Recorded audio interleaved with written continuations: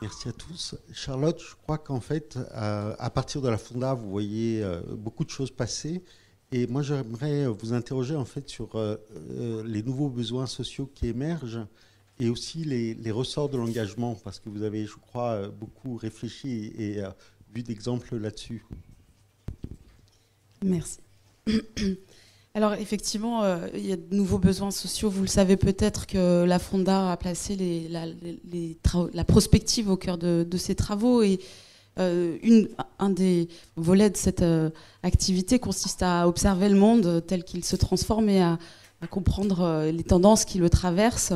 Alors, je ne vais pas pouvoir faire un 360 des tendances qui bousculent et transforment et travaillent notre société, mais je vais mettre l'accent sur quelques tendances qui soulèvent de nouveaux besoins, de nouvelles attentes et qui poussent les organisations à proposer de nouvelles solutions comme à adapter leurs pratiques. Première tendance lourde qu'on appelle la transition démographique. On est en fin de transition démographique en Occident.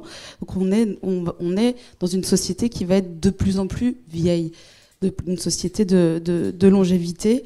Un tiers de la population aura plus de 60 ans en 2030 et puis ça va aller en s'accélérant, en soulevant de redoutables défis pour que la société s'adapte à ce vieillissement démographique. Donc il va falloir inventer de nouvelles solutions, se montrer innovant de la question de la préservation du capital santé à la fin de vie, en passant par l'habitat, la participation citoyenne, la mobilité. Il y a d'énormes défis autour du vieillissement démographique auxquels l'engagement notamment peut contribuer à répondre. Donc ça c'est vraiment une toile de fond importante qui est propre évidemment aux sociétés occidentales, et je pense que Gilles contredira mon analyse pour ce qui est de l'approche globale. Deuxième tendance lourde qui évidemment devrait mobiliser plus, mais mobilise beaucoup déjà, ce sont les urgences écologiques. Évidemment, la question du climat est au cœur de l'actualité, mais il y a d'autres enjeux écologiques comme la préservation de la biodiversité, de la qualité des sols, de la qualité de l'air, de la qualité de l'eau et de l'accès à cette eau, et puis les questions énergétiques qui ont des conséquences énormes aussi sur les besoins sociaux nouveaux qu'il va falloir accompagner, des conséquences sur la santé, évidemment des conséquences sur l'économie, et puis les corollaires de mouvements migratoires que ça va générer. Ces urgences écologiques sont particulièrement prégnantes et devraient mobiliser beaucoup plus les gouvernements, mais mobilisent déjà beaucoup le monde associatif et le monde de l'entreprise.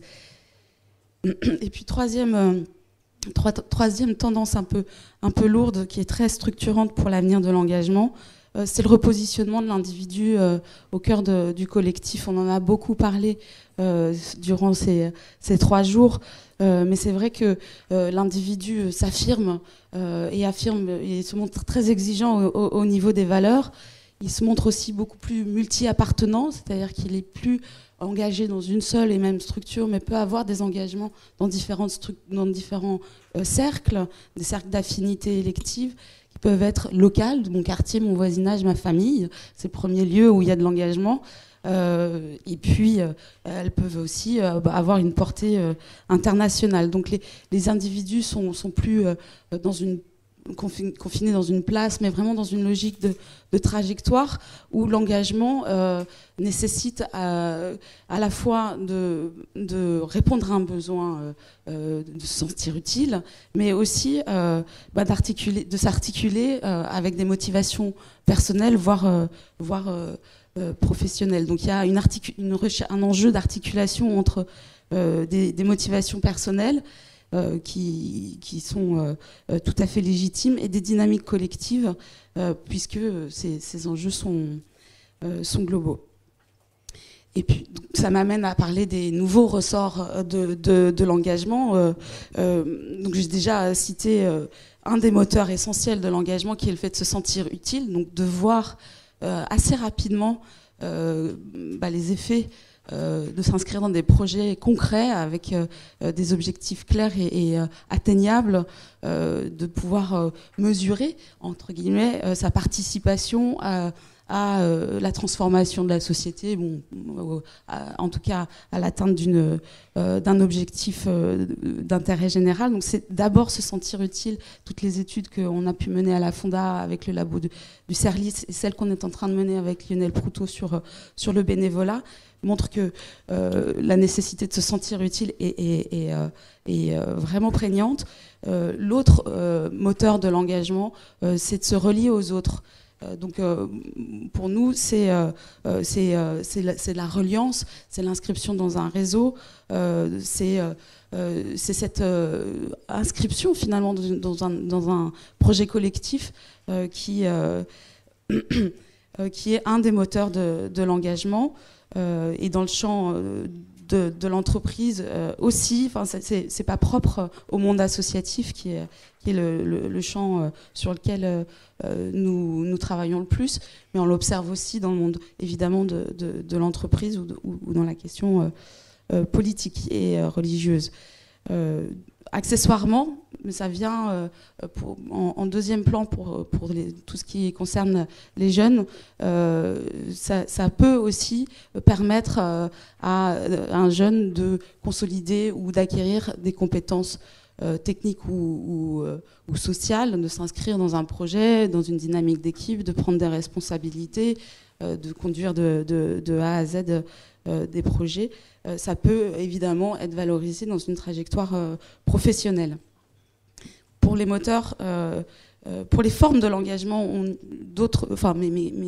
mes collègues y reviendront, mais c'est vrai que on parle d'engagement un peu à la carte, voire carrément à distance, avec une nécessité de s'adapter aux contraintes des personnes, aux exigences aussi de ces personnes.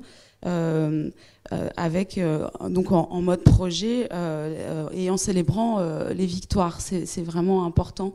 Et les associations sont pas super douées pour ça, de célébrer les petites victoires qu'elles ont gagnées, qui entretiennent la motivation et l'implication des personnes dans un cadre collectif.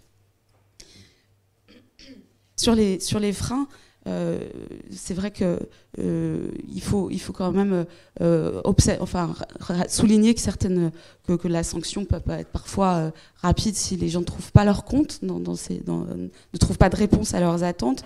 Et c'est vrai qu'une mauvaise intégration dans un cadre collectif, un manque d'information, voire de formation pour mener les missions qui sont confiées aux personnes qui s'engagent, aux bénévoles associatifs, un défaut de pilotage, un manque de reconnaissance du temps et de l'investissement consacré à la cause sont vraiment des freins à l'engagement.